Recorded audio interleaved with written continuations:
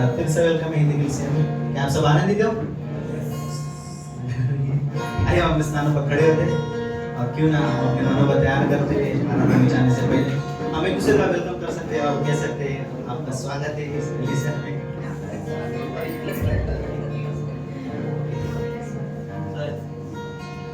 आज के दिन परमेश्वर हम सभी से बातें करेगा ना, हम सुनने आए और परमेश्वर से सीखने आए और उसकी उपस्थिति को महसूस करने आए ना।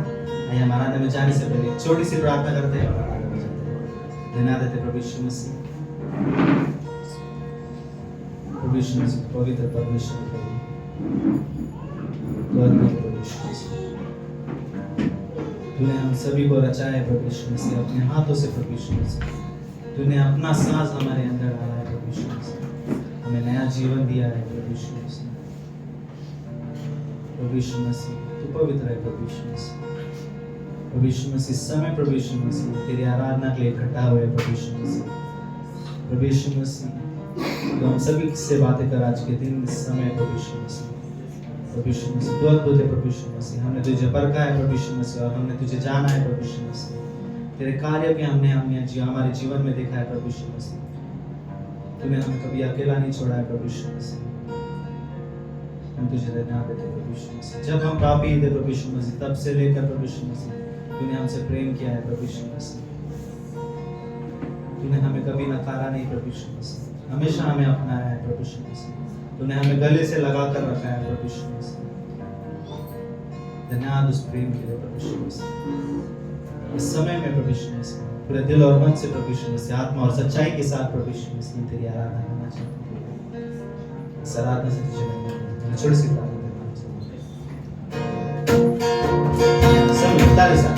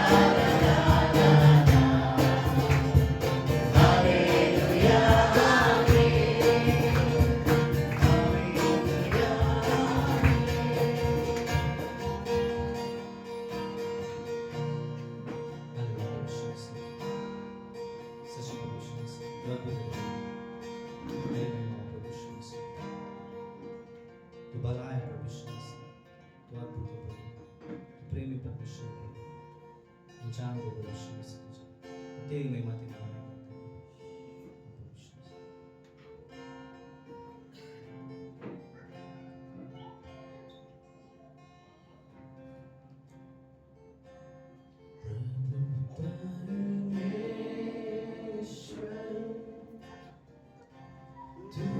कितना भला है तेरी भलाई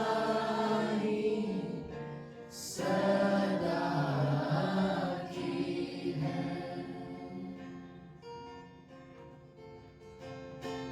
प्रभु परमेश्वर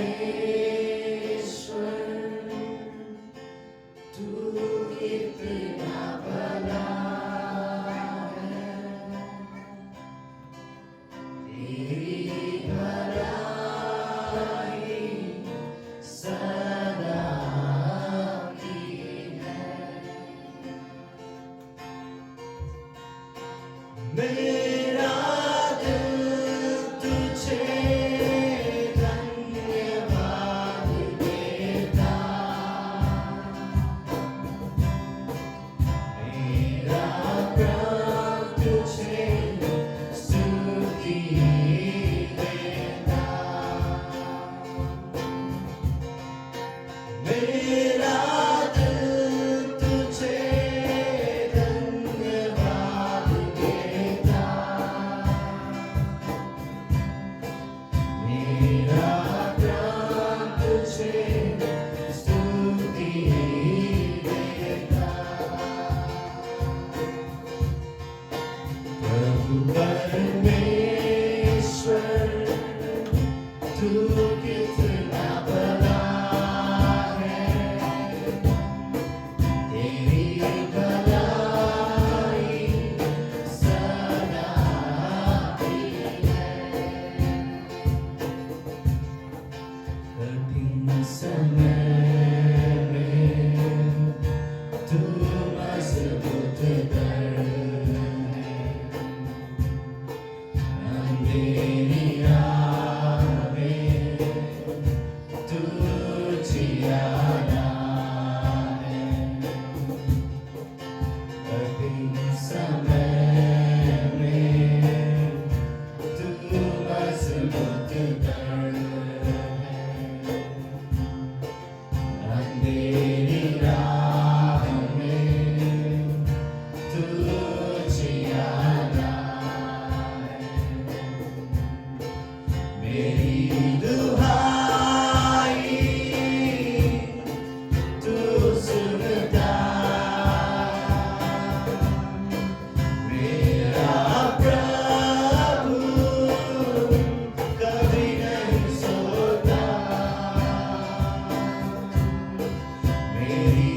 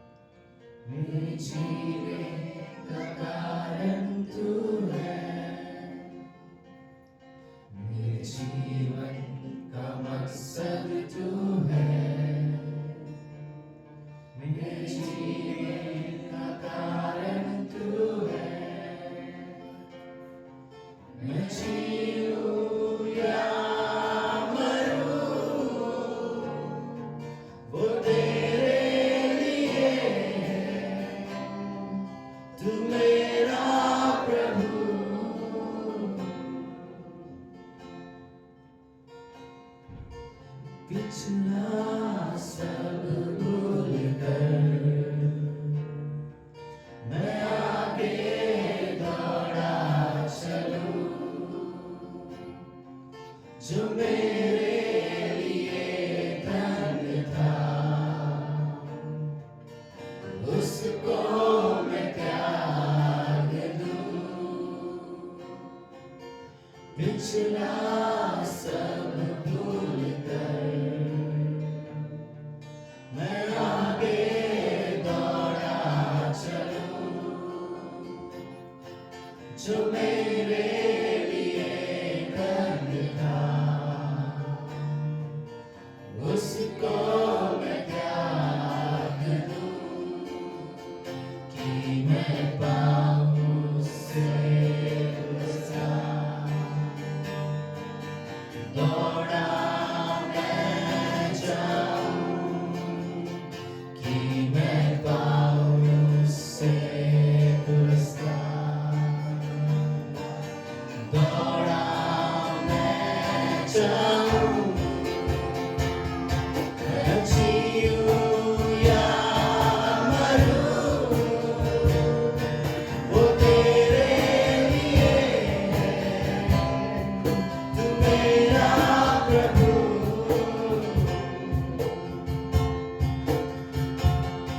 मैं जीऊं या मरूं,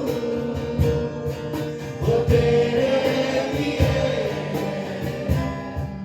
तू मेरा प्रभु,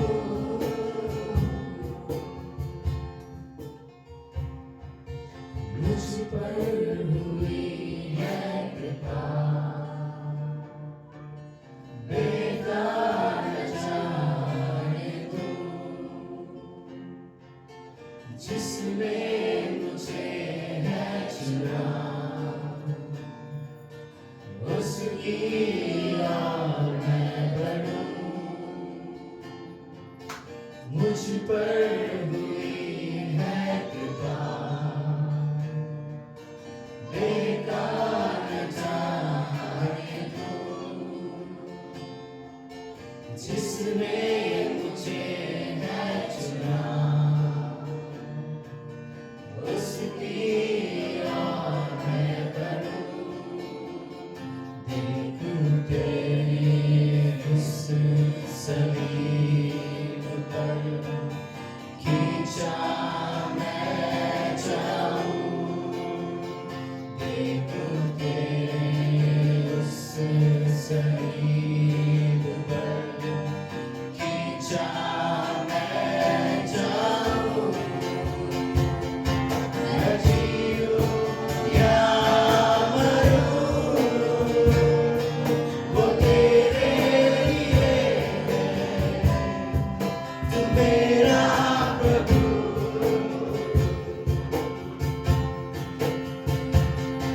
मैं जीऊं या मरूं, वो तेरे लिए है, तू मेरा प्रभु।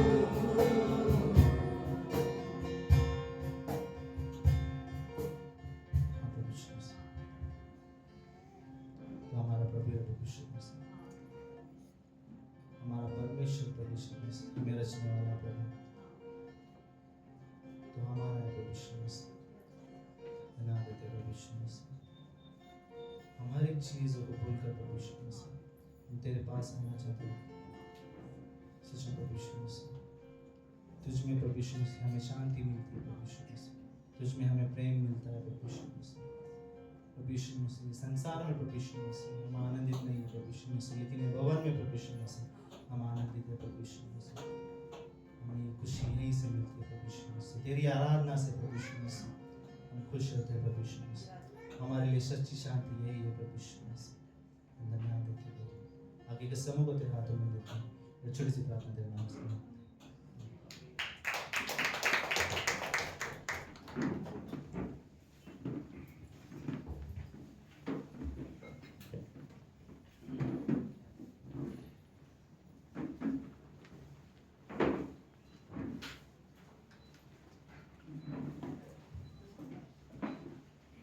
जय मसीह की। वर्शिप अच्छा था? नहीं? जोर से बोलो। वर्शिप नहीं किया?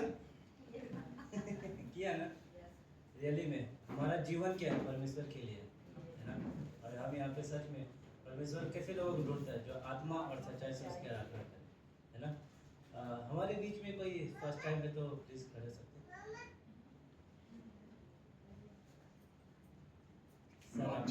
रामचंद्र बेंगलोर से। क्यों ना हम अंकल के लिए स्वागत जोर से ताली बजाते हैं। और आंटी आपका हाँ कमला। तो क्यों ना उनका भी स्वागत जोर से ताली बजाते हैं। और सिस्टर पूर्णिमा को तो हम सब जानते हैं ना, उनके लिए ताली बजा के स्वागत करते हैं। थैंक यू आप लोग को आने के लिए, धन्यवाद। और सच में कि कल का दिन हम लोग सूरज भाई के घर पे गए थे और रैली में वो ब्लेसिंग का टाइम था, है ना। आप सब लोग में से भी कुछ लोग आए थे और रैली में हमने वहाँ पे एंजॉय किया, है ना। परमेश्वर की आराधना की और उस घर के लिए परमेश्वर को धन्यवाद दिया, है ना। तो और बताना चाहूँगा कि जुलाई में सेमेस्टर हमारा शुरू हो रहा है बाइबल कॉलेज का। तो अगर किसी को क्लास के लिए अगर आना है तो प्लीज़ क्लास का हम इंफॉर्मेशन बाद में दे देंगे। तो किसी को अगर ज्वाइन करना है तो अपना नाम बता देना सूरज भाई को, तो उनको बता देना अपना नाम, ठीक है। और जैसे कि हमारा बाइबल स्टडी फ्राइडे को एवरी फ्राइडे होता है। तो अगर कोई आना चाहता है तो जोसेफ मसीह के घर पे शाम को 8 बजे शुरू होता है ना। तो कोई भी आना चाहता है तो आ सकता है। और कुछ ये एक पास्टर कार का बुक है ना। आप लोग जानते होंगे ये बुक के बारे में। ये थोड़ी सी महंगी है, 550 की है ना। लेकिन इसमें जो खजाना है वो 550 से बहुत ज़्यादा है ना। ये पास्टर काल को जो लोग जानते होंगे तो उनको ये बताने की जरूरत नहीं कि ये बुक खरीद लो, है ना। क्योंकि वो पास्टर काल का हर एक वो संदेश जो उनका नोट्स लिखा हुआ है वो जानते हैं इस बारे में कि इसमें कितनी बड़ी खजाना है ना। तो मैं इसके बारे में थोड़ा सा बताता हूँ कि ये पास्टर काल का जो मैसेज है उसमें से, और पास्टर काल ने जो क्लास में पढ़ाए हैं ये उसके अंदर से लिए हुए कुछ इसमें थॉट्स है, कुछ पास्टर ने संदेश में जो दिए हैं तो इसके अंदर है। मैं इसके बारे में बोलूँ कि आप लोग जब कुछ टाइम में फ्री टाइम में फेसबुक चलाते होंगे, फ्री टाइम में इंस्टाग्राम चलाते होंगे, तो मैं इसके बारे में बोलता हूँ कि ये खरीद लो, है ना। एटलीस्ट 5-10 मिनट निकाल के आप इसको पढ़ो, है ना। तो मुझे लगता है कि इसको पढ़ते पढ़ते आप इंस्टाग्राम भी भूल जाते हैं ना। तो ट्राई करना, इसको खरीदो क्योंकि ये रियली में बहुत अच्छी बुक है। और आप इसको खरीदोगे तो एक परमेश्वर के साथ जो आपका रिश्ता है ना वो और धीरे धीरे बढ़ते जाता है ना।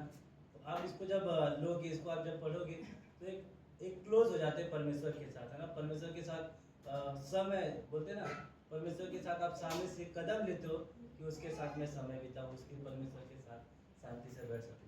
मालूम है परमेश्वर ने हमें क्यों बनाया? ताकि हम उसके साथ सहभागिता करें, है ना। तो मालूम है परमेश्वर उत्पत्ति के जब हम देखते हैं कि आदम और हवा से परमेश्वर सामने से लोगों से, उनसे आदम और हवा से मिलता था और उनसे सहभागिता करना चाहता था, है ना। तो ये वो समय है कि जब हम परमेश्वर के साथ कदम उठाते हैं, जब हम ये बुक और जब हम ये बाइबल पढ़ते हैं, तब हम और परमेश्वर के करीब जाने के लिए हम तैयार, अपने आप के अपने मनों को तैयार करते हैं, है ना। तो ये बुक खरीदने के लिए कोशिश करना। सच में फिर से बोलता हूँ महंगा है ना। तो लेकिन फिर भी खरीद लो, ठीक है। आइए हम लोग प्रार्थना करते हैं दशवांश के लिए। प्रभु यीशु मसीह, सच में इस समय के लिए हम आपके पास आते हैं। जी हाँ प्रभु, प्रार्थना करते हैं कि आने वाले समय में जो दशवांश के लिए प्रभु यीशु मसीह, सच में हम सबों के लिए प्रार्थना करते हैं कि हर एक जो यहाँ पर आए प्रभु यीशु मसीह, आप सभी को आशीष करना, जो दे पाए जो ना दे पाए, हर एक को प्रभु आप अपने आशीष की अपरंपार आशीष की वर्षा से प्रभु यीशु मसीह हर एक को आशीष करना प्रभु। जी हाँ प्रभु, यहाँ पर आए हुए हम हर एक के लिए धन्यवाद देते हैं और सच में आगे को सब हम प्रभु यीशु मसीह के हाथ में देते हैं। आमीन।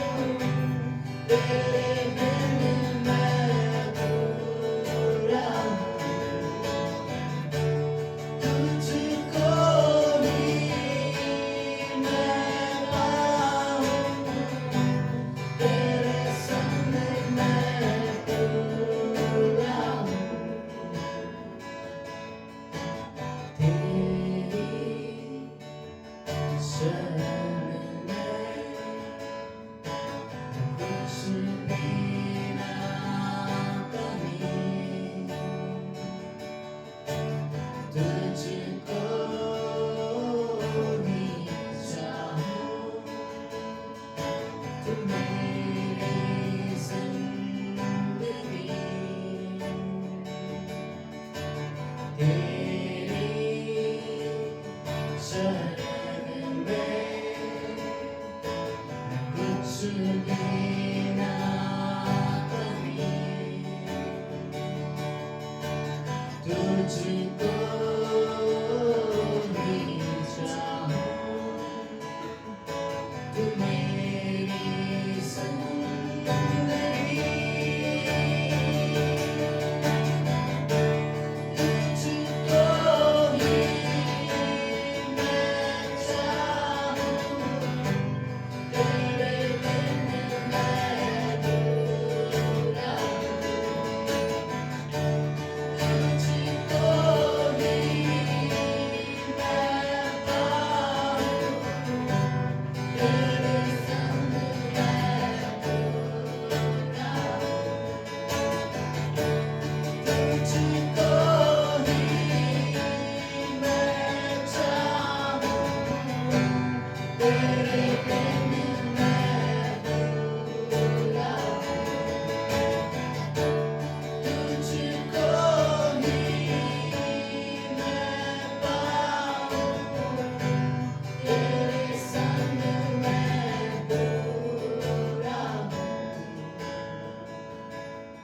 तुझमें है महफूज जीवन मेरा तू है जीने की वजह तू वजूद है मेरा तू ही पहचान यीशु तू ही है तुझको ही मैं चाहूं तेरे संग मैं अधूरा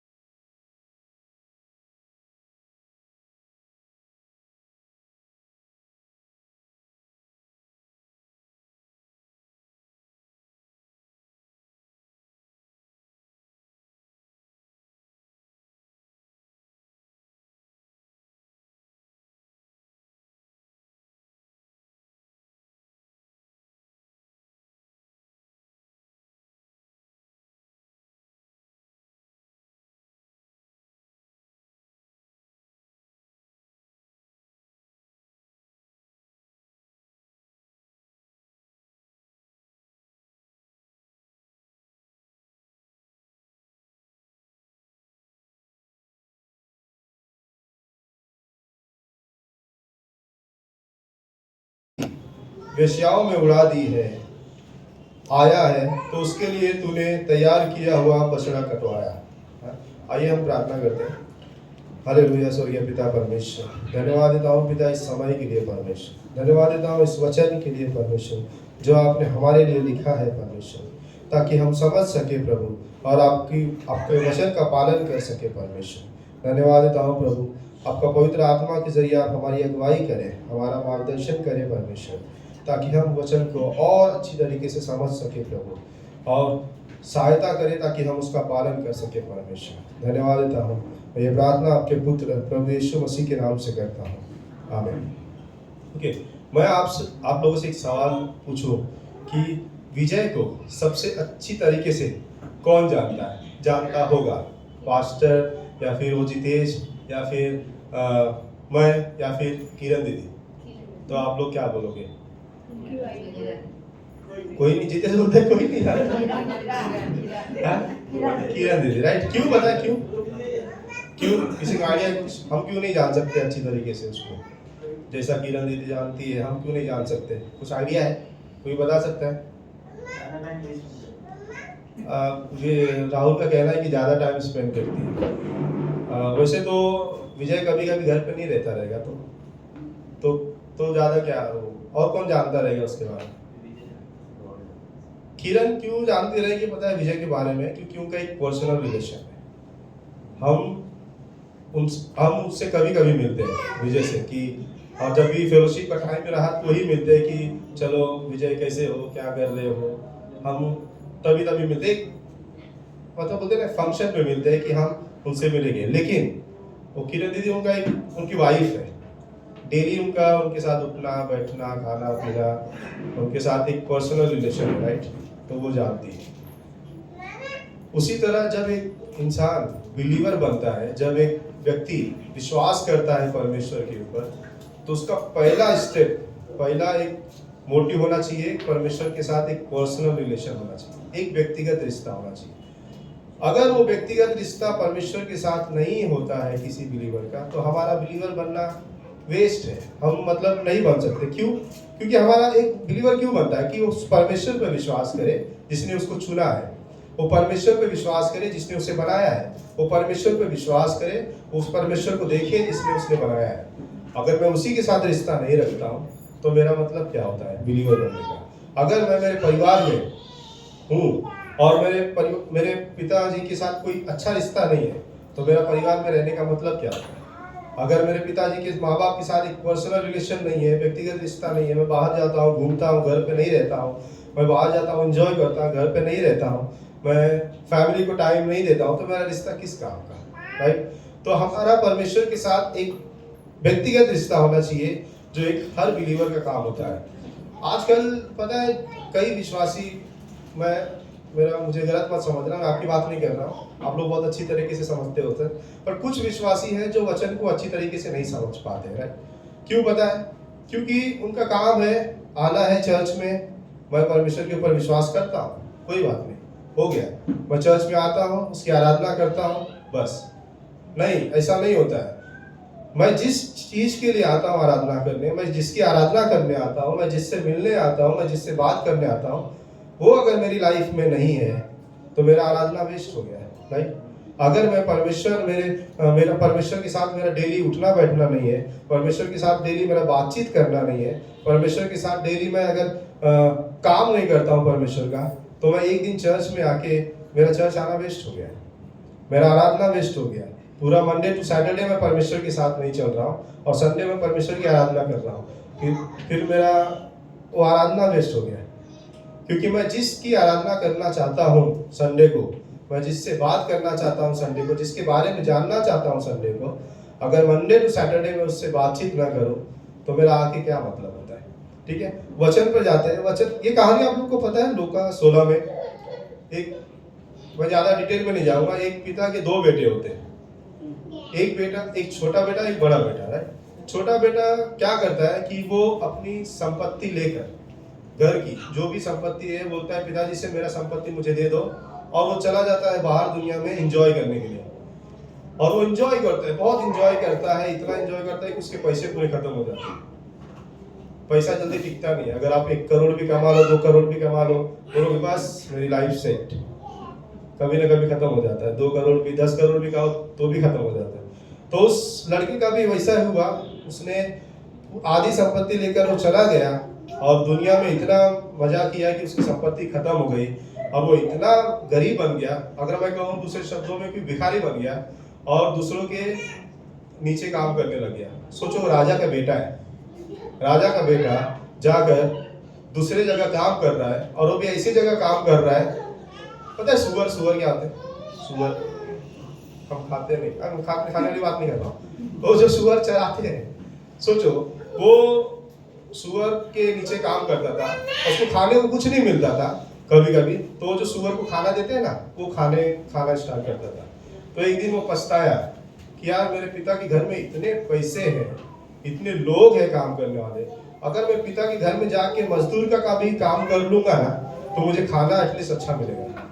तो ये सोच कर वो जाता है पिता के घर में, पिता उसे एक्सेप्ट करता है और उसको मतलब पिता का प्यार देखो, उसको ठुकराता नहीं है, उसको भगाता नहीं है, उससे वो प्यार करता है, उसको वापस ले लेता है। जो चीज उसको नहीं मिलनी चाहिए थी उसको देता है, अच्छा कपड़ा देता है, रिंग देता है, सोने का सब कुछ देता है और उसको ले लेता है। उसका दूसरा बेटा भी है जो उसको आकर पूछता है, क्या पूछता है कि इतने वर्षों से मैं तेरी सेवा कर रहा हूँ और कभी भी तेरी आज्ञा नहीं टाली, तो भी तूने मुझे एक बकरी का बच्चा भी नहीं दिया कि मैं अपने मित्रों के साथ आनंद करता। जब पिता ने छोटे बेटे के लिए मतलब बोलते हैं ना पार्टी रखी, पार्टी मैं बोलूंगा क्योंकि कल सब लोग पार्टी करके आए, तो मुझे नहीं बुलाए थे, क्या मालूम क्यों, ठीक है लेकिन कोई बात नहीं। कल मतलब वो पार्टी दिया पिता ने अपने बच्चे के लिए, जब उसका बच्चा वापस आ गया था, खो गया था। तो बड़े बेटे ने बोला कि मैं अब तक तेरी सेवा करते आया हूँ, अब तक तेरी आज्ञा मानते आया हूँ, कभी भी तूने मेरे लिए एक बकरी का बच्चा भी नहीं दिया कि मैं दोस्तों में बांट सकूं, दोस्तों के साथ खा सकूं। पर एक छोटा बेटा जो तेरी संपत्ति उड़ा दिया उसने, मजा किया और वो आया है तो उसके लिए तू पार्टी दे रहा है। तो पिता ने क्या बोला पता है? पिता ने बोला, जो उससे उसे कहा, पुत्र तू सर्वदा मेरे साथ है और जो कुछ मेरा है वह सब तेरा है। पता है, हम परमेश्वर के साथ जीते हैं डेली बेसिस पर, परमेश्वर के प्रार्थना करते हैं, वचन पढ़ते हैं, चर्च आते हैं, आराधना करते हैं, पर हम परमेश्वर के साथ हमारा रिश्ता ही नहीं होता है। ये बड़ा बेटा उसके साथ जिंदगी भर अच्छे से रहा, पता है क्या कहता है? कभी भी तेरी आज्ञा नहीं टाली। हम भी कभी आज्ञा परमेश्वर की नहीं टालते, हम भी परमेश्वर का वचन प्रचार करते हैं, कोई मिनिस्ट्री ज्वाइन कर लेते हैं, चर्च जाते हैं, आराधना करते हैं, प्रार्थना करते हैं, हमने कभी परमेश्वर की आज्ञा नहीं डालते, पर कभी कहीं ना कहीं हमारा रिश्ता परमेश्वर के साथ जुड़ा ही नहीं होता। क्यों? क्योंकि हम सोचते हैं कि जो मैं करूंगा परमेश्वर उससे खुश होगा। उसको भी वही लगा कि पिता उससे खुश है। क्यों? क्योंकि वो उसकी हर एक आज्ञा, कोई भी आज्ञा नहीं डालता। हम डालते हैं परमेश्वर की आज्ञा। परमेश्वर अगर आपको कुछ बोला ये करो तो आप करोगे, मना करोगे? नहीं करोगे, राइट? करोगे ही, क्योंकि ये परमेश्वर की आज्ञा है। तो उसी तरह हम डेली बेसिस पे उसकी आज्ञा मानते हैं, वचन पढ़ते हैं, प्रार्थना करते हैं, पर हमारा रिश्ता ही परमेश्वर के साथ नहीं होता है। उसकी वजह से हम, पता ये वचन है किसने लिखा है? परमेश्वर ने, राइट? पवित्र आत्मा की मदद से लिखा है। इसकी समझ मुझे कौन दे सकता है? एक राइटर है, वो बुक अभी शशिकांत ने दिखाया है। सोचो, वो बुक आप पढ़ो, ठीक है, और पास्टर काल ने लिखा है, राइट? पास्टर काल से आप पूछो तो सबसे बेहतर बुक से आप समझोगे कि पास्टर काल से, पास्टर काल से, राइट? क्योंकि उन्होंने खुद लिखा है वो। तो ये वचन भी ना परमेश्वर ने लिखा है, और मुझे इसकी समझ सिर्फ एक ही इंसान दे सकता है, वो है परमेश्वर खुद, कि वो इस वचन के जरिए मुझसे कहना क्या चाहता है, राइट? हमारे जीवन का एकमात्र उद्देश्य होना चाहिए कि परमेश्वर के साथ हमारा रिश्ता कायम होना चाहिए, राइट? अगर मैं सब कुछ करता हूँ, अच्छे काम करता हूँ, अच्छे लोगों से मिलता हूँ, परमेश्वर मेरा इस्तेमाल कर रहा है, पर अगर कहीं ना कहीं मैं रिश्ता नहीं रखता हूँ परमेश्वर के साथ, मेरा अच्छा काम चिंदी मैले, वचन भी कहता है कि गंदे मैले कपड़े के समान है मेरा अच्छा काम, अगर मेरा परमेश्वर के साथ रिश्ता नहीं है। तो हमारा रिश्ता होना बहुत जरूरी है। एक व्यक्ति के बारे में उदाहरण लेता हूँ, दाऊद, पता है आप लोग को? दाऊद परमेश्वर अब भजन संहिता 23 पढ़ोगे तो उसमें उसने परमेश्वर को यहोवा चरवाहा बोला है। क्या बोलता है? यहोवा मेरा चरवाहा है, मुझे किसी भी चीज की घटी नहीं होगी। अगर मैं आप लोग को बोलूं, तो एक व्यक्ति है, यहाँ पर 2 व्यक्ति है, मैं बोलूंगा एक चरवाहा है, चराता है, भेड़ बकरी को चराता है, और एक राजा है, आप किसकी रिस्पेक्ट करोगे? मैं ऐसे ही बोलने जवाब भी चाहिए, राजा की, राइट? क्यों राजा की? क्योंकि वो रिस्पेक्टेड पर्सन है। और एक चरवाहा गाय बैल बकरी चराता है, उसकी क्या रिस्पेक्ट करूंगा? तो दाऊद एक राजा होकर परमेश्वर को चरवाहा बोलता है कि यहोवा मेरा चरवाहा है, मुझे किसी चीज की घटी नहीं होगी। क्या इसमें सेंस बनता है? सोचो, अगर मैं परमेश्वर को, अगर मैं आप लोग को कहूं कि मैं आपको कौन सा पद दूं, राजा का या चरवाहे का, तो आप क्या मांगोगे? राजा का। सीधी सी बात है, राजा ही सब बनना चाहिए। लेकिन दाऊद परमेश्वर को राजा करता है। क्यों? क्योंकि एक चरवाहा अपने भेड़ बकरियों के साथ एक पर्सनल रिश्ता हो जाता है उसके साथ। वो उसको उठाता है, उसका अगर आप देखोगे तो उसके बाद में कीड़े मकोड़े रहते हैं, हाथ से निकालता है, उसको नहलाता है, उसको धुलाता है, उसकी खाना खिलाता है, उसको चारा देता है, हर एक चीज करता है। पर एक राजा नहीं कर पाता है। राजा के नीचे लोग होते हैं, मंत्री, वो मंत्री के नीचे कुछ सेनापति होते हैं, वो जाके लोगों की सेवा करते हैं।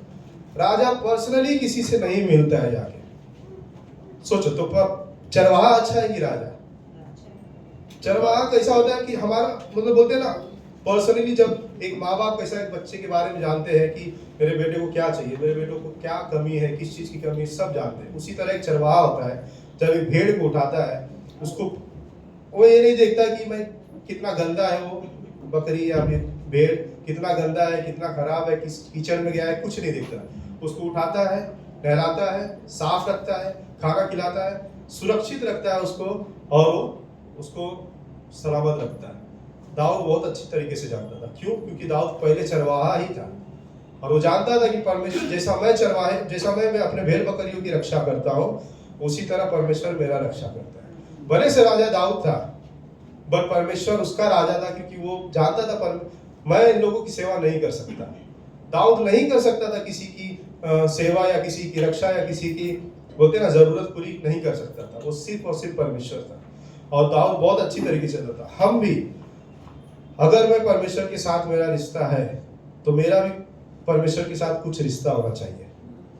जैसे एक हस्बैंड वाइफ का होता है, जैसे एक बच्चे का माँ बाप के साथ होता है, जैसे एक भाई बहन का होता है, जैसे एक दोस्त का होता है, उसी तरह मेरा भी परमेश्वर के साथ एक पर्सनल रिलेशन होना चाहिए। जैसा आप लोग का है वैसा मेरा रहा, तो मतलब क्या है इसमें? मेरा कुछ हटके होना चाहिए, राइट? मैं वो विजय और किरण का, मैं थोड़े ना पति पत्नी बन सकता हूँ विजय के साथ, बन सकता हूँ? नहीं बन सकता। उनका एक पर्सनल रिलेशन है, राइट? उसी तरह मेरा परमेश्वर के साथ एक रिश्ता हटके होना चाहिए, हटके। पतरस परमेश्वर क्या बोलता है? तू जीवित परमेश्वर का पुत्र है। मूसा क्या बोलता है? तू परमेश्वर और प्रभु दोनों है मेरे लिए। दाऊद बोलता है तू मेरा चरवाहा है। सब लोगों ने उसको एक नाम दिया था, पता है नाम, क्योंकि वो जानते थे कि ये मेरा है। अब्राहम बोलता है तू यहोवा हीरे। वो जानता था कि जो कुछ भी मुझे दिया है परमेश्वर ने, हर एक चीज का उपाय परमेश्वर करता है। जब वो अपने बेटे को बलि किया, उसको कुछ पता नहीं था क्या होने वाला है। उसका बस एक ही मकसद था कि बेटे को बलि करना है, क्योंकि परमेश्वर ने मुझे बोला है। वो नहीं जानता था कि बकरा वहां पर तैयार है, पर उसको विश्वास था परमेश्वर ने बोला है तो कुछ करेगा ही।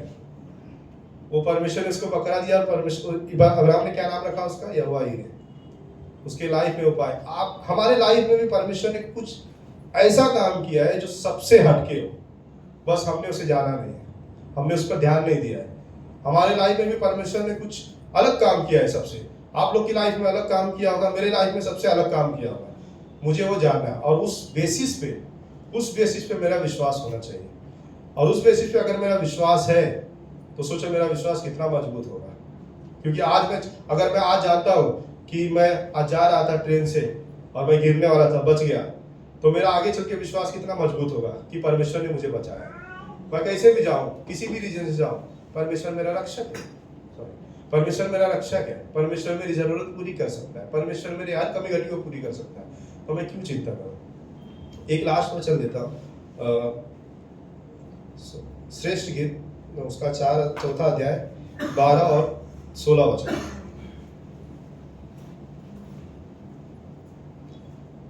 मेरी बहन, मेरी दुल्हन, किवाड़ लगाई हुई बारी के समान, किवाड़ बंद किया हुआ सोता और छाप लगाया हुआ झरना है। 16वां वचन, हे उत्तर वायु जाग और हे दक्षिण वायु चली आ, मेरी बाह पर बह जिससे उसकी सुगंध फैले, मेरा प्रेमी अपनी बारी में आए और उसके उत्तम उत्तम फल खाए। आपको पता है ये वचन पढ़ेंगे तो कुछ समझ में नहीं आता है, दिमाग में जाता ही नहीं, क्या कहना क्या चाहता है ये वचन, कुछ समझ में नहीं आता। तो समझू कैसे इसको मैं। पर अगर मैं आप लोग को बोलूं, पर एक बिलीवर को, एक नया बिलीवर को, एक नए विश्वासी को अगर वचन पढ़ना चाहिए तो ये बुक ही पढ़ना चाहिए, क्योंकि एक ऐसे रिश्ते के बारे में बात करता है ना जिस रिश्ते का हम वर्णन भी नहीं कर सकते। हम अगर आज के जीवन में अगर हम निभाने जाएंगे तो हम नहीं निभा पाएंगे, क्योंकि एक सच्चा रिश्ता कहीं नहीं मिलता इस दुनिया में आजकल। कुछ ना कुछ सेल्फिशनेस होता ही किसी रिश्ते में, पता है, कुछ ना कुछ चाहिए, कोई ना कोई फायदे के लिए ही आता है रिश्ते में आजकल। अब बोलो कि हाँ इससे मेरा ये फायदा होगा तो मैं रिश्ता बनाऊंगा, इससे मेरा ये फायदा होगा तो मैं रिश्ता बनाऊंगा। आजकल सच्चा रिश्ता कहीं नहीं मिलता है। तो ये जो आप वचन पढ़ोगे, ये वचन जरा भी दिमाग में नहीं आता है, इतना ऐसा भारी भारी शब्दों में लिखा है। अगर मैं कहूँ पुराने जमाने के अगर कोई संस्कृत के लेखक होते ना वो समझते थे, हम नहीं समझ पाएंगे, ऐसा भारी भारी शब्दों में लिखा है। लेकिन इसमें एक गहरे रिश्ते के बारे में बात करता है। जब एक दूल्हा है अपनी दुल्हन की तारीफ करता है कि ये मेरे लिए एक गार्डन के समान है जिसमें अच्छे अच्छे फूल खिलते हैं, जिसमें मैं आता हूँ तो मैं आनंदित हो जाता हूँ। एक दूल्हा दुल्हन के बारे में बात करता है। उसी तरह हमारा दूल्हा कौन है? परमेश्वर। मेरे लाइफ में परमेश्वर ऐसे ही बात करना चाहिए, उस रीति से मुझे जीना है। परमेश्वर मेरे बारे में मुझे बोलना चाहिए ये मेरे लिए गार्डन के समान है कि ये जब भी मैं इससे मिलता हूँ, जब भी मैं इससे बातचीत करता हूँ, जब भी मैं इसको कुछ बोलता हूँ तो ये मेरे लिए सुगंध लाता है। परमेश्वर मेरे बारे में ऐसी बातचीत करना चाहिए। और लास्ट में 16 में कहता है हे उत्तर वायु जाग। ये उत्तर वायु का मतलब है कि जो भी हम दुख सताव से जाते हैं ना वो है। और दक्षिण वायु चली है। दक्षिण वायु ये है कि जो भी हमें ब्लेसिंग्स मिलता है, आशीष मिलता है, वो है। तो परमेश्वर यहाँ पे क्या कहना चाहता है पता है क्या? मेरे बारे में अगर परमेश्वर मुझसे प्यार करता है तो मेरे बारे में ये बोलना चाहता है कि कुछ भी हो जाए इसके लाइफ में, चाहे दुख हो, चाहे तकलीफ हो, चाहे खुशियां हो, चाहे सुख हो, वो कभी मुझसे दूर नहीं जाएगा और हमेशा मेरा जो भी काम है वो पूरा करेगा। ये परमेश्वर का शब्द हमारे लिए होना चाहिए अंतिम दिन में, राइट? क्योंकि अगर मैं परमेश्वर के लिए नहीं जीना चाहता तो मेरा जीना व्यर्थ है, क्योंकि एक ना एक दिन मरने के बाद तो मैं वहीं पे जाने वाला हूँ, परमेश्वर के पास ही जाने वाला हूँ। परमेश्वर मुझे पूछा तूने मेरे लिए क्या किया है, तूने मुझसे रिश्ता रखा है? मैं बोलूँगा परमेश्वर मैंने आपके लिए वचन प्रचार किया, मैं हर संडे को चर्च जाता था, मैं डेली वचन पढ़ता था, मैं लोगों को आपके बारे में बताता था। तो परमेश्वर क्या बोलेगा? ठीक है मैं जानता हूँ मेरे लिए किया तुमने, पर कभी मेरे से रिश्ता रखा? मेरे पापा के लिए मैं बाहर रह के बहुत कुछ कर लूंगा, मैं उनके लिए पैसा दूं, उनको घर दूं, सब कुछ दूं, लेकिन पापा मेरे क्या बोलेंगे? कभी तो मेरे साथ रिश्ता रख ले, कभी तो मेरे साथ खाना खा ले, कभी तो मेरे साथ बातचीत कर ले, राइट? एक रिश्ता होता है माँ बाप बेटे का। मैं भले से दूर से उनके लिए सब कुछ करूँ, लेकिन अगर मैं उनके साथ पर्सनल रिलेशन नहीं रख रहा हूँ तो मेरा उनके साथ रिश्ता व्यर्थ होता है। हमें तो मैं यही कहना चाहता हूँ कि हमारा एक परमेश्वर के साथ एक पर्सनल रिलेशन होना चाहिए। जैसा हस्बैंड का रहता है वाइफ के साथ, उसी तरह मेरा पर्सनल रिलेशन होना चाहिए परमेश्वर के साथ। हमें जो कुछ भी वो बोले मुझे उससे बातचीत करना है, सुबह उठकर मुझे उससे प्रार्थना करना है, उसका वचन समझना है। आप मुझसे क्या कहना चाहते हो, मेरे जरिए आप करना क्या चाहते हो, मुझे बताओ। हमें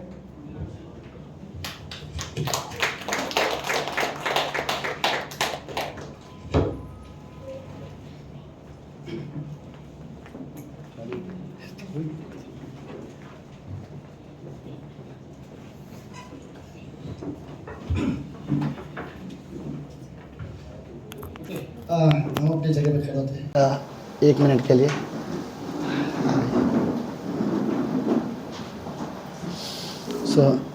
यशायाह का किताब, उसका थोड़ा सा मेरा आवाज़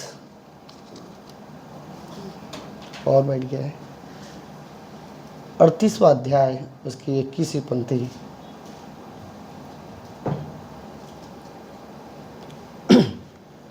ओके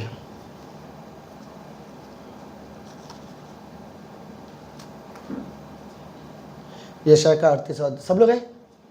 हाँ चलो, यशाया 38वां अध्याय और उसकी 21वीं पंक्ति में लिखा है, यशाया ने कहा था कि अंजीरों की एक टिकिया बनाकर हिजकिया के फोड़े पर बांधी जाए तो वह बचेगा। हिजकिया ने पूछा था, क्या इसका क्या चिन्ह है कि मैं यहोवा के भवन को फिर जाने पाऊँ? प्रार्थना करते हैं। प्रभु यीशु, हम धन्यवाद देते हैं आज के दिन के लिए और सुंदर समय के लिए।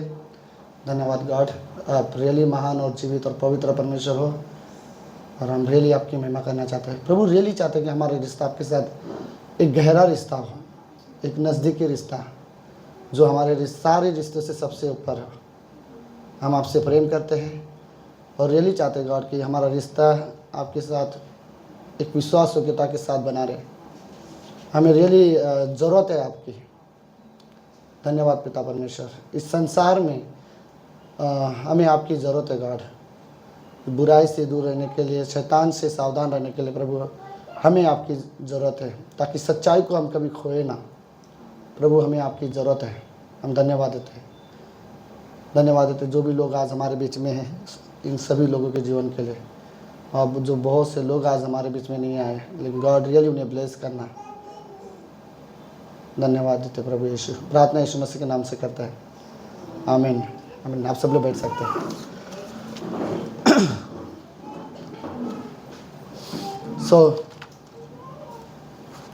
अच्छा मैसेज था परमेश्वर के साथ हमारा एक रिश्ते के बारे में, राइट?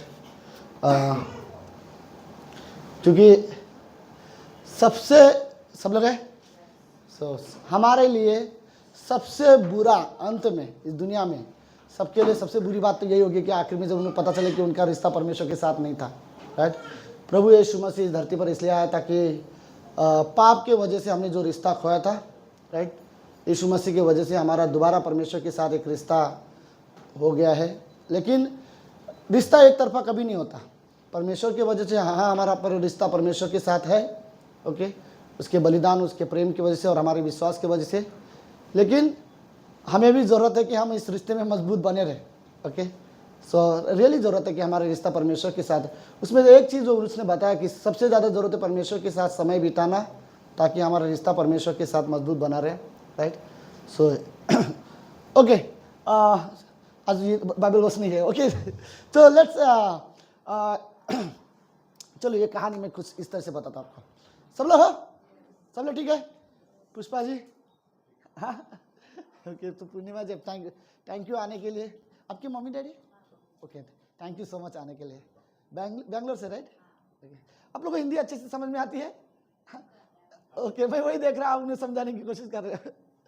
ओके, थैंक यू लेकिन आने के लिए, thank you so much. Okay, अब लेट्स, हिजकिय्याह राजा की स्टोरी ऐसी है। हिजकिय्याह राजा को परमेश्वर ने यशायाह नबी को बोला कि हिजकिय्याह राजा के जीवन में ऐसा था, उसके पाँव में एक फोड़ी आ गई है। सब लोग है? तो उस फोड़ी के वजह से हिजकिय्याह राजा मरने वाला था और वो बचने वाला नहीं था। तो यशायाह नबी को बोला गया कि जा और हिजकिय्याह को बता के आ कि तुम बचने वाला नहीं है, तुम मरेगा, तेरी बीमारी की वजह से तू मरने वाला है। तो यशायाह गया और यशायाह ने हिजकिय्याह राजा को बताया, तू चाहे कुछ भी कर ले, लेकिन इस बीमारी से तू बचने वाला नहीं है। परमेश्वर ने बता दिया है कि इस बीमारी की वजह से तू मरने वाला है। ओके, फिर यह कोई कॉमन आसान नहीं है, राइट? किसी को बोलना, इमेजिन कर रहे हो, एक आदमी को जाके बोलना परमेश्वर ने बोला है तू मरने वाला है, और कोई डॉक्टर अगर आपको बोले कि आप नहीं बचोगे, तो हम इमेजिन करो हमारे साथ क्या होगा। अब आधी जान तो उधर ही चली जाएगी, राइट? वो कि शायद 4 दिन 15 दिन 20 दिन के बाद मरने वाले, तो शायद पता नहीं उसी दिन कुछ हो जाए, वो खबर ही इतना शॉक हो जाए। तो वो चीज सीरियसली हिजकिय्याह राजा को, भले वो राजा था, लेकिन राजा होने के बावजूद भी जब उसे यह बताया जाए कि तू मरने वाला है, वो राजा भी रोने लगा। तो राजा ने क्या किया, वो दीवार की ओर गया और घुटने पर आया और फुट फुट कर रोने लगा और परमेश्वर से माफी मांगने लगा। ओके, और जब परमेश्वर से माफी मांग रहा था, यशायाह ने क्या किया, उसे बता दिया तू मरने वाला है, और वो वहां से चला गया। और वो उसके घर के आंगन में पहुंचा ही नहीं था, परमेश्वर ने बोला यशायाह रुक जा, वापस जा और उसे जाके बोल कि तेरे जीवन में अभी भी 15 साल मैंने जोड़ दिए हैं, तू अभी नहीं मरेगा। और तुरंत वो वापस आता है और तुरंत उसके सामने आके खड़े होकर बोलता है, और वो देखता है कि हिजकिय्याह राजा दीवार पर फुट फुट के रो रहा है, ओके, और पीछे से आके बोलता है, राजा मुझे दोबारा परमेश्वर ने भेजा है तुझे बताने के लिए कि तू मरने वाला नहीं है, 15 साल तू और जिएगा। आप इमेजिन कर रहे हो कि इसके जीवन में यह कितनी बड़ी खुशी होगी, ओके। अब मेरे साथ ये सुनो, इसी हिजकिय्याह राजा ने एक छोटी सी पत्री लिखी है, यशायाह ने उसी पत्री को इस किताब में लिखा हुआ है। हिजकिय्याह राजा ने, इमेजिन करो, हिजकिय्याह राजा को जब ये पता चला कि वो मरने वाला है तो उसने अपने जीवन के बारे में कुछ चीज़ें लिखी, वो डर के वजह से, लेकिन उसके बाद में उसके पास वो खुशी आई थी। तो उसने क्या वर्ड बोला था, आज शायद हमारे पास हमारे कुछ team member by the way इधर नहीं है, जिनके संजू और सविता का बाइक का एक्सीडेंट हो गया था कल, इसके वजह से आज वो हमारे बीच में नहीं है, लेकिन थैंक गॉड वो बिल्कुल ठीक है, थोड़ा सा चोट लगा है, ओके। और सूरज और रिंकी नहीं आए क्योंकि उन्होंने नया घर लिया, उनके घर में फंक्शन था। एक चर्च का टीम आके चले गए, अभी उसकी फैमिली वाले रिश्तेदार आए हुए आज उसके घर में, ओके। लेट्स समझ रहे मैं कहानी किधर हूँ। एक आदमी जिसे ये न्यूज़ दिया गया था कि तू मरने वाला है, और अब उसे ये पता चल गया कि मैं मरने वाला हूँ, तो उसके शब्द क्या होंगे, सुनो उसके शब्द क्या, ओके। 38वें अध्याय की 10वीं पंक्ति में, मैंने कहा अपनी आयु के बीच में ही मैं अधोलोक के फाटक में प्रवेश करूंगा, क्योंकि मेरा शेष आयु हर ली गई है। मतलब वो बोल रहा है अब मेरा उम्र खत्म हो गया, आगे का उम्र मेरा खो गया है, इसके आगे मैं जो जीना चाहता था वो समाप्त हो गया, मेरा जीवन का यह अंत आ चुका है। और वो बोलता है कि मैंने अपनी आयु के बीच में ही अधोलोक के, अब मैं मानो लाइक मैं अभी मृत्यु के पास पहुंचने वाला हूं। अब इमेजिन करो कोई व्यक्ति के लिए कितना दर्द की बात होगी जब उसे पता चलेगा कि वो मरने वाला है, ओके। लेकिन मैं आपको ये बताना चाहता हूँ, सुनो, हाँ मैं मानता हूँ कि इस दुनिया में सबसे खतरनाक न्यूज़ अगर कोई हो हमारे लाइफ में तो मृत्यु होती है, राइट। और लेकिन पता नहीं, हाँ लेकिन ये रियली सच है कि मृत्यु जीवन का अंत नहीं है, ओके। यीशु मसीह की वजह से हमारे पास एक आशा है, लेकिन एक चीज़ जानते हैं कि मौत के बाद हम बोलते ना कि इंसान के पास एक आशा ये है, मानो मैं ये वर्ड ऐसा बोलूँ कि ये धरती से ज़्यादा सुंदर स्वर्ग है, राइट। और स्वर्ग हमारे लिए सबसे बड़ी आशा है, और सबसे बड़ी आशा है यीशु मसीह के वजह से हम दोबारा अनंत के लिए परमेश्वर के साथ रहेंगे, और हम सब दोबारा एक साथ मिलने वाले हैं, ये बाइबल में वादा किया हुआ है, राइट। तो ये व्यक्ति जिसे लगता है कि ये मौत से मरने वाला था, लेकिन एक चीज़ ये जानता था, अगर मेरे पास बीमारी है जिसके वजह से मैं मर रहा हूँ, तो मेरे पास एक ही आखिरी सोल्यूशन था, वो प्रार्थना, राइट। मरने से पहले ये व्यक्ति अगर कोई चीज़ कर सकता था तो वो प्रार्थना कर रहा था और कुछ नहीं, ओके। फिर 11वीं पंक्ति में बोलता है, मैंने कहा मैं यहाँ की जीवितों की भूमि में फिर न देखने पाऊंगा। पता है इसको क्या प्रॉब्लम है, अगर मैं मर गया तो मैं परमेश्वर के भवन में नहीं जा पाऊंगा। हिजकिय्याह राजा अपने जीवन में सबसे ज़्यादा इंजॉय क्या कर रहा था, उसे इंजॉय कर रहा था परमेश्वर का भवन, और वहाँ पे जाके आराधना करना उसे पसंद था। और वो बोलता है कि लोक के निवासियों फिर मैं ना देख पाऊंगा, यहाँ के इंसानों को नहीं देख पाऊंगा। यह डर होता है, राइट। कभी कभी ऐसा डर होता है हमारे जीवन में कि अगर मुझे कुछ हुआ तो मैं अपने परिवार को नहीं देख पाऊंगा, बच्चों को नहीं देख पाऊंगा, लोगों को नहीं देख पाऊंगा, राइट। और ये एक डर रहता है। हिजकिय्याह के मन में भी ये डर था कि मैं किसी को नहीं देख पाऊंगा, ओके। 12वीं पंक्ति, मेरा घर चरवाहा के तंबू के समान उठा लिया गया है, मैंने जुलाहे के समान अपने जीवन को लपेट लिया है, और मुझे ताज से ताप काट लेगा। वो सारे इमेजिन कर रहा है कि मरने के बाद इंसान के साथ जो जो चीजें होते हैं, क्योंकि उसे ये बोला गया है कि वो मरने वाला है। मैं कुछ चीजें स्किप कर रहा हूं समय की वजह से, ओके। 15वीं पंक्ति में बोलता है, मैं क्या कहूं, उसी ने मुझे प्रतिज्ञा की है और पूरा भी किया है, मैं जीवन भर कड़वाहट के साथ धीरे धीरे चलता रहूंगा। मतलब पता है, अब मुझे पता चल गया कि मैं मरने वाला हूं, तो जितना भी समय मेरे पास रहा है उसमें मैं कड़वाहट तो रहेगा, एक डर उसका कड़वाहट था कि मुझे कुछ भी होने वाला है, तो उस डर के साथ था, ओके। लेट्स 16वीं पंक्ति में, हे प्रभु उन्हीं बातों से लोग जीवित है, और इन सबों से मेरी आत्मा को जीवन मिलता है। और 18वीं पंक्ति, क्योंकि अधोलोक तेरा धन्यवाद नहीं कर सकता, न मृत्यु तेरी स्तुति कर सकती है। समझ रहे हो क्या बोल रहे हैं, ये अधोलोक जो है, पाताल जो है, जिसमें लोगों को गाड़ दिया जाता है, ओके, वो परमेश्वर की धन्यवाद नहीं दे सकते। और फिर वो बोलते हैं मृत्यु परमेश्वर की स्तुति नहीं कर सकते। जो कब्र में पड़े हैं वे तेरी सच्चाई की आशा नहीं रख सकते, जीवित हाँ जीवित ही तेरा धन्यवाद करता है जैसा मैं आज कर रहा हूँ। पिता तेरी सच्चाई के शुभ समाचार पुत्रों को देता है। ओके मतलब ये है ओके परमेश्वर का धन्यवाद सिर्फ जो जीवित है वो कर सकता। मतलब पता है क्या कहना चाहते हैं हिजकिय्याह राजा, आज मैं जीवित हूँ, आज परमेश्वर को धन्यवाद बोल सकता हूँ। अगर कल मैं नहीं रहा तो मैं परमेश्वर को धन्यवाद भी नहीं बोल पाऊंगा। राइट, मैं परमेश्वर के लिए ना जीवन जी सकता हूँ ना परमेश्वर की महिमा कर सकता हूँ। आज ही मेरे पास जो मौका है। ओके लेट्स आखिरी में जब वो ये रोक के जब उसने प्रार्थना किया परमेश्वर से, ये दूसरे राजा के 20वें अध्याय में ये कहानी है। ये तो सिर्फ उसकी पत्री है। लास्ट में यशायाह ने कहा था अंजीरों की एक टिकिया बनाकर हिजकिय्याह के फोड़े पर बांधी जाए तब वो बचेगा। ओके तो ये मुझे जिसके बारे में लास्ट पंक्ति जिसमें मुझे शेयर करनी थी। सब लोग ठीक है? अगले 5-6 मिनट में। ओके सुनो, जब वो मरने वाला था तो परमेश्वर ने उसे कहा कि एक अंजीर का पेड़ है और उसका एक लोब बनाना है। वो होता है ना दवा बनाने का, जैसे आयुर्वेदिक दवा वाला है। राइट, तो उसको अंजीर के पत्ते लेना है और उसको खींच के लोब बनाना है और उसके पाँव में जो उसको फोड़ी है जिसकी बीमारी की वजह से वो मरने वाला है, वो लोब जाके उसके पाँव में लगा दे तो वो बच जाएगा। तो यशायाह वैसा ही करता है और हिजकिय्याह के पाँव में वो लोब लगा देता है और वो बच जाता है। तो मेरा आज ही कहने का ये है। उसके बाद और हिजकिय्याह को बोला जाता है अब ये तेरी पाँव की फोड़ी ठीक हो जाएगा, तू और 15 साल जिएगा, और हिजकिय्याह बहुत खुश हो जाता है। तो मेरा सिंपल कहना ये है। ओके पता है ना बट कभी कभी हम भी किसी के जीवन में भी ऐसा हो सकता है कि इस कमरे में आप एक यशायाह के जैसे कार्य कर सकते हो कि आप अंजीर के क्या बोलते हैं पत्ते का आप लोब बनाओ। राइट, अगर किसी को घाव है तो उसको चंगाई देने के लिए। राइट, ताकि वो बच जाए। ओके सुसमाचार जब हम लोगों को बोलते हैं कि परमेश्वर आपसे बहुत प्रेम करता है और जो कोई उस पर विश्वास करता है वो आनंद जीवन पाता है, ये सबसे बड़ी लोप है आज की तारीख में। राइट, आप मानो ये अंजीर का पेड़ है और ये सुसमाचार लेकर आप लोगों के पास जाते हो, बोलते हो परमेश्वर आपसे प्रेम करता है, और एक अविश्वासी को जब आप विश्वास में लेके आते हो उसके जीवन में एक ऐसा लगता है जैसे कि सबसे बड़ी बीमारी पता है क्या है? सबसे बड़ी बीमारी पाप है।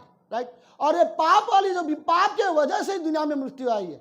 लेकिन जब वो लोभ हमारे जीवन में लगाया जाता है, जो परमेश्वर का वचन पर हम विश्वास करते हैं, तो हमें एक नया जीवन मिलता है। राइट, तो मेरा कहने का मतलब सिंपल ऐसे है, हम जब किसी इंसान के पास जाएंगे उसे बोलेंगे परमेश्वर आपसे प्रेम करता है, तो आप अगर वो विश्वास करेगा तो उसके पाप क्षमा हो जाएगा। और ये एक चंगाई है जो परमेश्वर उसके जीवन में देना चाहता है, और ये हर एक व्यक्ति के लिए जरूरी है। ओके कि हमें रियली जरूरत है कि किसी ना किसी के लिए एक लोभ बना सके। राइट, ऐसे नहीं है, कई बार लोगों के मन में कुछ घाव होते हैं कई जिसके वजह से लोग नाराज होते हैं, कई बार निराश होते हैं। आप जाके पता ना अगर कोई बीमारी हो और आप उसके लिए प्रार्थना कर रहे हो, ये एक लोभ की तरह। राइट, आप किसी के सिर पर हाथ रख रहे हो और यीशु मसीह के नाम से आप प्रार्थना करते हो, तो मानो यशायाह के फोड़े में लोप लगाया गया हो, आप किसी के लिए प्रार्थना करते हो और उसे चंगाई मिलती है। या चंगाई की जरूरत नहीं है हर बार। राइट, मे भी कुछ परेशानी से अगर किसी को बाहर निकालने में आप मदद करते हो, वो भी एक तरह का लोप है कि आप उसे फोड़े कहीं भी आ सकते। राइट, डर मत, कई सारे फोड़े दिमाग में होते हैं सबसे ज़्यादा। राइट, अगर मुझे कोई व्यक्ति पसंद नहीं है या किसी से नफरत करता हूँ, ये जो कड़वाहट का जो फोड़े होता है। राइट, हमें परमेश्वर के वचन की जरूरत है ताकि उसमें लोप लगाया जाए और मेरे मन से कई सारे कड़वाहट निकाला जा सके। राइट, तो मेरा कहने का मतलब ये है हम सब किसी न किसी के लाइफ के लिए मानो यशायाह की तरह लोप लगा सकते हैं अगर किसी को ज़रूरत हो तो। उदाहरण के लिए अगर मैं लास्ट में कहूँ तो जब दाऊद ने बत्सिबा के साथ जब वो पाप किया था और वो कंटिन्यू 1 साल तक उस पाप में जीवन जी रहा था, तब नातान नबी वो लोप लेके गया था और उसे बताया कि तू गलत कर रहा है। उसे बताना कि तू जो कर रहा है वो परमेश्वर के नज़र में गलत है, वो एक लोभ जैसा था।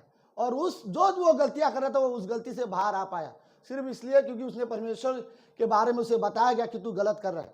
कभी कभी किसी को बताना कि हमें कुछ चीज़ें हैं जो सच में नहीं करनी चाहिए, एक लोभ की तरह है। इमेजिन पौलुस को कोई लोभ नहीं लगा सकता था, इसलिए खुद प्रभु यीशु मसीह को जरूरत थी कि वो जाए और पौलुस को बताए कि पौलुस तू जो कर रहा है बहुत गलत कर रहा है। इनडायरेक्टली परमेश्वर ने बताया तू मुझे क्यों सता रहा है। राइट, और वो दर्शन में पौलुस के घाव जो थे क्रिश्चियनिटी के खिलाफ वो सारे के सारे चंगाए हो गए थे। राइट, और फिर वो उसे जाके वही पौलुस बाद में जाके सुसमाचार प्रचार करने वाला बना। तो मेरे आवाज़ की वजह से मैं भी चल, ठीक है ओके। बट लास्ट में मैं रियली ये वर्ड बोलना चाहता हूँ, सुनो। ओके, किसी के लिए जाके सीरियसली किसी के लिए जाके प्रार्थना करना या किसी के पास जाके करना, परमेश्वर आपसे प्रेम करता है, राइट। ये सारे एक लोप, मतलब मैं आपको सिंपल वर्ड भाषा में बोलूँ, एक दवा जैसी है, राइट। लोप लगाना मतलब दवा लगाना। अगर किसी के फोड़ी है तो दवा लगाने की जरूरत है। और आप जाके किसी के, कोई निराश है और आप उसे इंकरेज करते हो, कोई दुखी है आप उसे सहारा देते हो, ये सब लोप लगाने की जरूरत है, राइट। किसी पर दया करना, किसी पर अनुग्रह करना, किसी को प्रेम करना, राइट। और ये सारे चीजें लोप लगे। अगर इवन अगर कोई निराश है या किसी की रियली सहायता करना, ये सारे लोप लगाने जैसी चीजें थे, राइट। जैसे ये हिजकिय्याह मरने वाला था, लेकिन यशायाह जाके, परमेश्वर ने कहा जाके लोप लगाओ, राइट। अगर कोई निराश हो या कोई किसी को जरूरत हो और आप उसे इंकरेज कर रहे हो, तो ये लोप लगाने जैसी चीजें है, राइट। सो वो फिर उसके जीवन में एक चंगाई सबसे बड़ी मुझे लगता है, ठीक है, बीमारी की चंगाई हर किसी को जरूरत होती है। परमेश्वर ने वादा किया कि वो हमें चंगाई देगा। अगर कोई बीमार हो, बाइबल ये बोलती है कि परमेश्वर से प्रार्थना करें, परमेश्वर रियली चंगाई देगा। लेकिन उससे भी कहीं ज़्यादा ज़रूरत मुझे लगता है चंगाई, सबसे बड़ी चंगाई एक परिवर्तन होती है, राइट। कई सारी चीज़ें हमारे, बोलते ना, हम पहले के जैसे अब सोच नहीं रहे, पहले के जैसे हमारा व्यवहार नहीं है, या हमारे बात करने के तरीके में बदलाव आना, यह बदलाव कई बार बहुत बड़ा चमत्कार होता है। और यह चमत्कार सिर्फ परमेश्वर करता है, राइट। बट हमें ज़रूरत होती है कि कोई आके लोप लगा सके, राइट। और सबसे बेस्ट तरीका लोप लगाने के आज की तारीख में, आप किसी के लिए प्रार्थना करो, ये काफ़ी है। आप किसी के पास जाओ, उसके साथ बैठो, उसके लिए प्रार्थना करो। ये ऐसे जैसे कि उसके हृदय में कोई घाव हुए या शरीर में कोई घाव हुए, आप लोप लगा रहे हो और उससे चंगाई करने की कोशिश कर रहे हो। आमीन। ओके, लेट्स प्रार्थना करते हैं। प्रभु यीशु, हम धन्यवाद देते हैं आज के दिन के लिए और एक सुंदर समय के लिए पिता। अब महान, जीवित और पवित्र परमेश्वर हो, हर एक व्यक्ति को, विश्वासी को सच में ज़रूरत है कि हम आपके साथ एक गहरा रिश्ता बनाए रखें। हमें आपके साथ एक रिश्ते की ज़रूरत है। और इस संसार में हमें नहीं पता गॉड, लेकिन हो सकता है कईयों के जीवन में कुछ ना कुछ ऐसे घाव हो, किसी ने कुछ बुरा बोल दिया उसके वजह से हो, या किसी ने गलत व्यवहार किया उसके वजह से हो। लेकिन हमें रियली ज़रूरत है कि उनके शरीर पे वो लोप लगाया जाए ताकि वो घाव ठीक हो जाए। किसी को रियली मन की शांति की ज़रूरत होती है गॉड, हमें आपकी रियली ज़रूरत है परमेश्वर पिता। धन्यवाद देते हैं आज की शाम के लिए, यहाँ आए हुए हर एक व्यक्ति के जीवन के लिए प्रभु यीशु। धन्यवाद देते हैं, प्रार्थना यीशु मसीह के नाम से करते हैं, आमीन।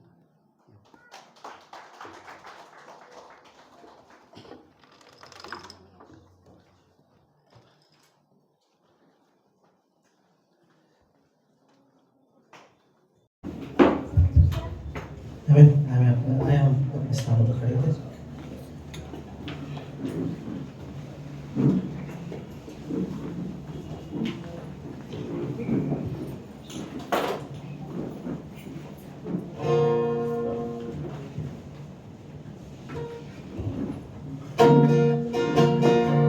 Sobre la talsa.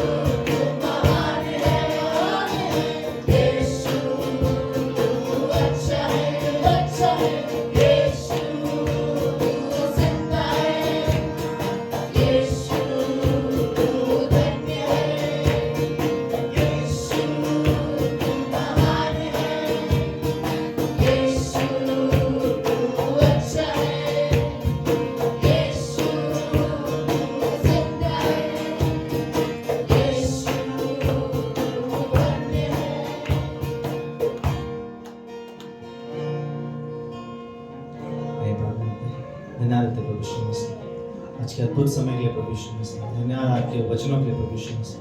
सच में प्रभु यीशु मसीह, हम चाहते हैं कि हमारा रिश्ता प्रभु यीशु मसीह गहरा हो प्रभु यीशु मसीह, हमारा रिश्ता आपके साथ मजबूत हो प्रभु यीशु मसीह। प्रभु यीशु मसीह धन्यवाद देते हैं, और प्रभु यीशु मसीह धन्यवाद देते हैं कि प्रभु यीशु मसीह हमारा जीवन प्रभु यीशु मसीह लोगों के लिए प्रभु यीशु मसीह एक दवाई का कारण बने प्रभु यीशु मसीह। से बीतते हमारे काम में जब हम घर जाए प्रभु यीशु मसीह हमें सही सलामत लेकर जाना, और आज के सब बाबत धन्यवाद देते हैं प्रभु यीशु मसीह। छोटी सी प्रार्थना तेरे नाम से।